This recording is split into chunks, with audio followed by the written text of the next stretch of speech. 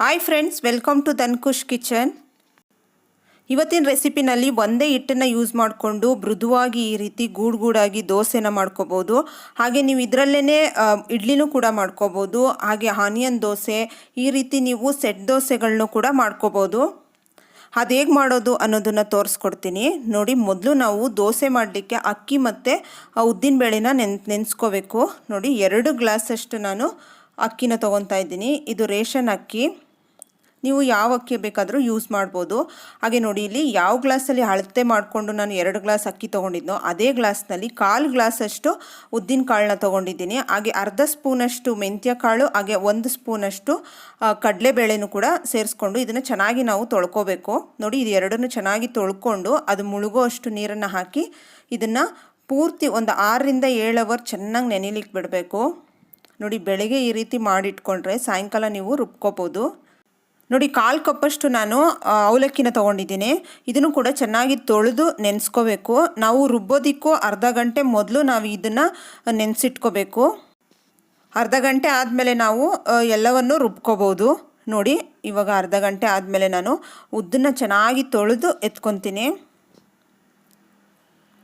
ಈ ರೀತಿ ನೀವು ಚೆನ್ನಾಗಿ ತೊಳೆಯೋದ್ರಿಂದ ವೈಟಾಗಿ ತುಂಬ ಚೆನ್ನಾಗಿ ಬರುತ್ತೆ ದೋಸೆ, ಇಡ್ಲಿ ಏನೇ ಮಾಡಿದ್ರೂ. ನೋಡಿ, ಇದನ್ನು ಮಿಕ್ಸಿ ಜಾರ್ಗೆ ಸೇರಿಸ್ಕೊತಾ ಇದ್ದೀನಿ. ಹಾಗೆ ಅವಲಕ್ಕಿನೂ ಕೂಡ ಮಿಕ್ಸಿ ಜಾರ್ಗೆ ಸೇರಿಸ್ಕೊತಾ ಇದ್ದೀನಿ. ಇದಕ್ಕೆ ಸ್ವಲ್ಪ ನೀರನ್ನು ಹಾಕ್ಕೊಂಡು ಆದಷ್ಟು ಗಟ್ಟಿಯಾಗಿ ತುಂಬ ನೈಸಾಗಿ ನೀವು ಪೇಸ್ಟ್ ಮಾಡ್ಕೋಬೇಕು. ನೋಡಿ, ಈ ರೀತಿ ಪೇಸ್ಟ್ ಮಾಡ್ಕೋಬೇಕು. ಪೂರ್ತಿ ನೈಸಾಗಿ ಪೇಸ್ಟ್ ಮಾಡ್ಕೊಳ್ಳಿ.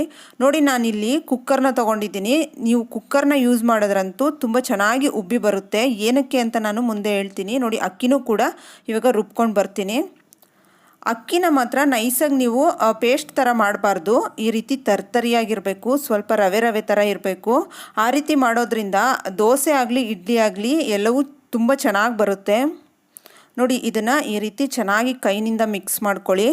ನೀವೇನಾದರೂ ಚಳಿಗಾಲ ಇದೆ ಉಬ್ಬಲ್ಲ ಅನ್ನೋದಾದರೆ ಇದಕ್ಕೆ ಇವಾಗಲೇ ಸ್ವಲ್ಪ ಉಪ್ಪನ್ನ ಸೇರಿಸಿ ಇಟ್ಕೊಬೋದು.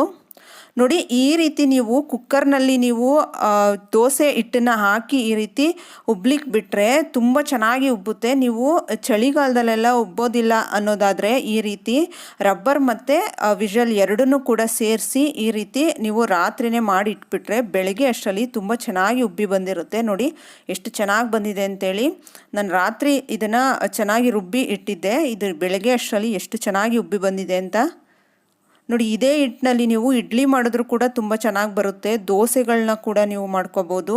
ನೀವು ಮಸಾಲೆ ದೋಸೆನೂ ಕೂಡ ತೆಳುವಾಗಿ ಹಾಕ್ಕೊಂಡ್ರೂ ಕೂಡ ಚೆನ್ನಾಗಿ ಬರುತ್ತೆ. ನೋಡಿ, ಇವಾಗ ನಾನು ಇದರಲ್ಲೇ ದೋಸೆ ಮಾಡಿ ತೋರಿಸ್ತೀನಿ. ಇದಕ್ಕೆ ನೀವು ಎಷ್ಟು ಉಪ್ಪು ಬೇಕೋ ಅಷ್ಟು ಉಪ್ಪನ್ನು ಸೇರಿಸಿ ನಿಮಗೆ ಎಷ್ಟು ಯೂಸ್ ಮಾಡ್ತೀರೋ ಅಷ್ಟನ್ನು ಒಂದು ಪಾತ್ರೆಗೆ ಹಾಕ್ಕೊಳ್ಳಿ. ಮಿಕ್ಕಿದ್ದನ್ನು ತೆಗೆದಿಟ್ಬಿಡಿ. ಮೊದಲೇ ನೀವು ಉಪ್ಪನ್ನು ಎಲ್ಲದಕ್ಕೂ ಸೇರಿಸ್ಬಿಟ್ರೆ ನೆಕ್ಸ್ಟ್ ಡೇಗೆ ಹುಳಿ ಬಂದುಬಿಡುತ್ತೆ. ನೋಡಿ, ನಾನು ತವಾ ಕಾಯ್ಲಿಕ್ಕೆ ಇಟ್ಟಿದ್ದೆ.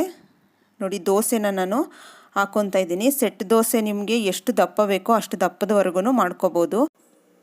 ಈ ರೀತಿ ನೀವು ಮುಚ್ಚಿ ಬೇಯಿಸೋದ್ರಿಂದ ಮೇಲ್ಗಡೆ ಸಾಫ್ಟಾಗಿ ಆಗುತ್ತೆ.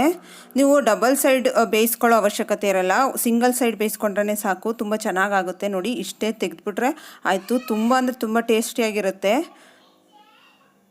ನೋಡಿ, ಎಷ್ಟು ದಪ್ಪ ಬೇಕೋ ಅಷ್ಟು ದಪ್ಪದವರೆಗೂ ನೀವು ಮಾಡ್ಕೋಬೋದು. ನೋಡಿ, ಇನ್ನೊಂದು ನಾನು ಆನಿಯನ್ ಮತ್ತು ಕ್ಯಾರೆಟ್ನ ತುರಿದು ಹಾಕ್ಕೊತಾ ಇದ್ದೀನಿ. ತುಂಬ ಅಂದರೆ ತುಂಬ ರುಚಿಯಾಗುತ್ತೆ ಈ ರೀತಿ ಮಾಡೋದ್ರಿಂದ.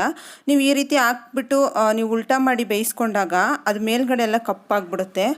ಆ ರೀತಿ ಆಗಬಾರ್ದು ಅಂದರೆ ಈ ರೀತಿ ಮೇಲ್ಗಡೆ ಸ್ವಲ್ಪ ತುಪ್ಪನ ಹಾಕ್ಕೊಂಡು ಮೇಲೆ ಈ ರೀತಿ ಮುಚ್ಚಿ ಬೇಯಿಸ್ಕೊಳ್ಳಿ. ಈ ರೀತಿ ಬೇಯಿಸ್ಕೊಳ್ಳೋದ್ರಿಂದ ನೀವು ಸಿಂಗಲ್ ಸೈಡ್ ರೋಸ್ಟ್ ಮಾಡಿಕೊಂಡ್ರೆ ಸಾಕು. ನೀವು ಮತ್ತೆ ಅದನ್ನು ತಿರುವಾಕಿ ಬೇಯಿಸೋ ಅವಶ್ಯಕತೆ ಇರಲ್ಲ. ನೋಡಿ, ತಿರುವಾಕಿ ಬೇಯಿಸಿದ್ರೆ ಈ ರೀತಿ ಬರುತ್ತೆ. ನೀವು ಈ ರೀತಿ ಕೂಡ ಮಾಡ್ಕೋಬಹುದು. ನೋಡಿ, ನಾನಿಲ್ಲಿ ಎಷ್ಟೊಂದು ಥರದಲ್ಲಿ ನಿಮಗೆ ಮಾಡಿ ತೋರಿಸಿದ್ದೀನಿ. ಆನಿಯನ್ ದೋಸೆ, ಹಾಗೆ ಡಬಲ್ ಸೈಡ್ ರೋಸ್ಟ್ ಮಾಡಿರೋದು, ಹಾಗೆ ಸಿಂಗಲ್ ರೋಸ್ಟು, ಹಾಗೆ ದಪ್ಪನಾಗಿ ನಿಮಗೆ ಬೇಕು ಅಂದರೆ ದಪ್ಪನಾಗೂ ಕೂಡ ಮಾಡ್ಕೋಬೋದು. ನೀವು ಕೂಡ ಮನೆಯಲ್ಲಿ ಟ್ರೈ ಮಾಡಿ ಹೇಗಿತ್ತು ಅನ್ನೋದನ್ನು ಕಮೆಂಟ್ ಸೆಕ್ಷನಲ್ಲಿ ತಿಳಿಸಿ. ಈ ವಿಡಿಯೋ ನಿಮ್ಗೆ ಇಷ್ಟ ಆಗಿದೆ ಅಂತ ತಿಳ್ಕೊತೀನಿ.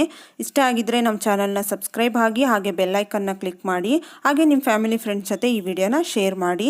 Thanks for watching.